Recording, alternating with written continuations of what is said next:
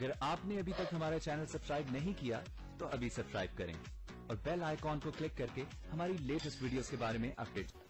अस्सलाम वालेकुम, हमारे चैनल में खुश आमदीद। मायरा आखिरकार कामयाब हो ही जाती है। वो शहीर से शादी कर लेती है। मुनीब उसको बार बार मना करता है कि तुम अपनी गलतियों की तलाफ़ी नहीं बल्कि खुद को जहन्नुम में धकेल रही हो, मगर वो कहती है कुछ भी हो जाए मैं उससे शादी ही करके रहूँगी।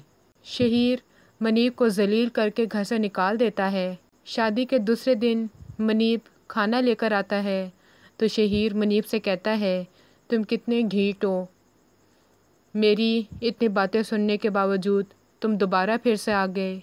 तो मुनीब मायरा से कहता है मैं तुम्हें मना करता था ना कि उससे शादी ना करो, मगर मायरा मुनीब से कहती है अभी तो पहला दिन था, अभी तो पूरी ज़िंदगी बाकी है, वो ठीक हो जाएगा।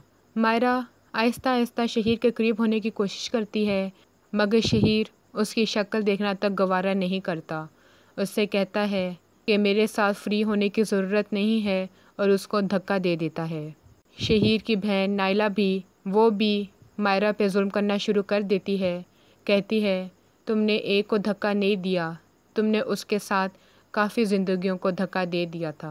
मुनीब कहता है कि जो तुम्हारी गलती थी नहीं, उसकी वजह से तुम इतनी बड़ी सज़ा ज़िंदगी भर भुगतोगी। हमारी वीडियो को लाइक करें, शेयर करें और सब्सक्राइब भी